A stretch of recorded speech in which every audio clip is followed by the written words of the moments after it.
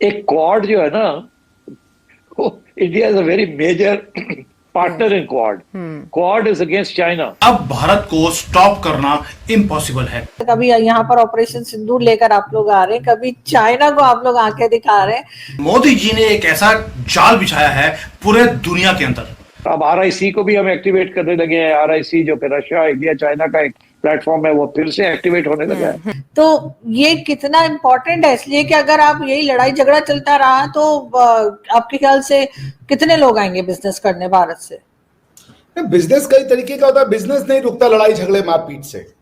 अब अच्छा। ये तो जमाना हो चुका है ना, और भारत तो कोई लड़ाई लड़ नहीं रहा है ना। क्योंकि सर मैं आपकी बात करती हूँ सर, मैं इसलिए पूछ रही थी क्योंकि हमारे यहाँ जैसे टीटीपी के टैक्स चल रहे हैं, हमारे यहाँ बीएलए वाले मारकुटाई कर रहे हैं, तो हमें ऐसा लगता है कि हमारे यहाँ अगर कोई बिजनेस के लिए आना चाहेगा तो वो रुक जाएगा, तो वो कहेगा भाई यहाँ तो अजीब हंगामा है। तो यही चीज आपके अगर हो रही है तो आपके ख्याल से लोग आएंगे? कंपैरिजन जो है ना वो ऑरेंज और एप्पल का है। आपका जो टेररिज्म है वो मोस्टली इंटरनल कॉन्फ्लिक्ट है, सेक्टेरियन है।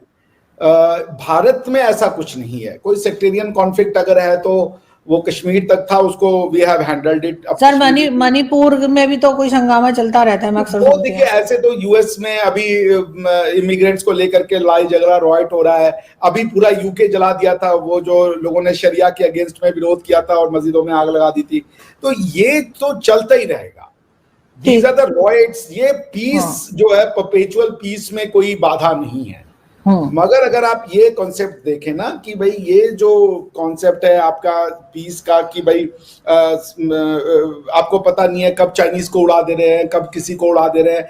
जब गवर्नमेंट का कंट्रोल एक टेरिटरी पे कम हो जाए और नॉन स्टेट एक्टर्स का कंट्रोल उस टेरिटरी पे ज्यादा हो जाए, इसको इंटरनेशनल ह्यूमैनिटेरियन लॉ की भाषा में कहते हैं इंटरनल आर्म्ड कॉन्फ्लिक्ट। यदि आप जिनेवा कन्वेंशन का एडिशनल प्रोटोकॉल 2 पढ़ेंगी ना, जिनेवा कन्वेंशन जो कि जिसको कि इंटरनेशनल ह्यूमैनिटेरियन लॉ कहते हैं, उसके एडिशनल प्रोटोकॉल 2 के आर्टिकल 1 में ये डेफिनेशन दिया हुआ है कि इंटरनल आर्म्ड कॉन्फ्लिक्ट किसको कहते हैं। तो जो पाकिस्तान में है वो सिचुएशन भारत में, यूके में या यूएस में नहीं है। पाकिस्तान की समस्या ये है कि there are pockets in that Pakistan जो उनके कंट्रोल में नहीं है।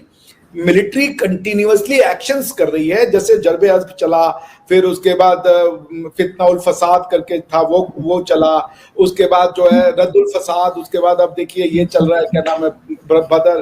तो ये चलता ही जा रहा है। गवर्नमेंट आर्मी की अगर आप डिप्लॉयमेंट कर रहे हैं इंटरनल अपने लोगों से कर लड़ने के लिए, तो that means you are in a situation of internal arm conflict. RIC जो है जी, ये 1996 में गालबन जी जी क्रिएट की गई थी। जी 1996 में इंडिया बिल्कुल ही नॉन अलाइंड किस्म की सिचुएशन में था। It was not an American ally. In fact बड़े क्लोज तल्लुकात थे विद रशिया। और अभी 2020 में जो वाकया हुआ है, वो एक दफा जो जंग हुई है वो अभी हुई नहीं थी, और चाइना के साथ भी तल्लुकात बढ़ रहे थे और तजारत बढ़ रही थी। तो उस वक्त ये आरआईसी बनी।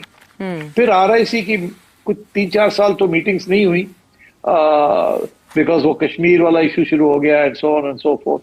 मगर 2020 के बाद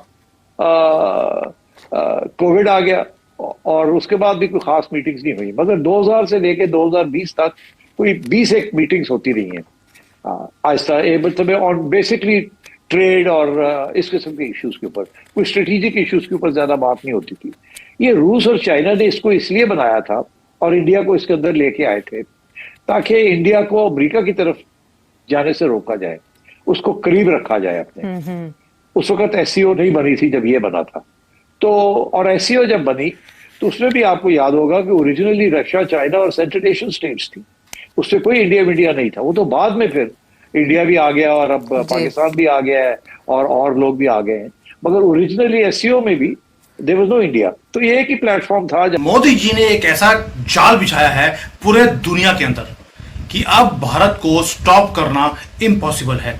मोदी जी का विजन क्लियर है, मुझे इस देश को पुरानी दिक्कतों से बाहर निकालना है और इसे एक डेवलप्ड कंट्री बनाना है। आज डिप्लोमेसी की कोई बात नहीं, ये इकोनॉमिक वॉरफेयर है जो मोदी जी ने शुरू कर लिया और भारत की विक्ट्री अब तय है, क्योंकि हमने कोई कॉन्टिनेंट छोड़ा ही नहीं। आप देखिए, बेशक वो लैटिन अमेरिका हो, अफ्रीका हो, मिडिल ईस्ट हो, यूरोप हो, यूके हो, ऑस्ट्रेलिया हो, हमने किसी को नहीं छोड़ा, यहां तक कि चाइना को भी छोड़ा नहीं है। और पिछले 30-40 साल में हमें यह बताया गया सारे वर्ल्ड की मीडिया की तरफ से कि वेस्ट जो है वही लीड करेगा, ट्रेड जो पावर है वो उन्हीं के हाथ में है और उनके बिना हम प्रोग्रेस नहीं कर सकते।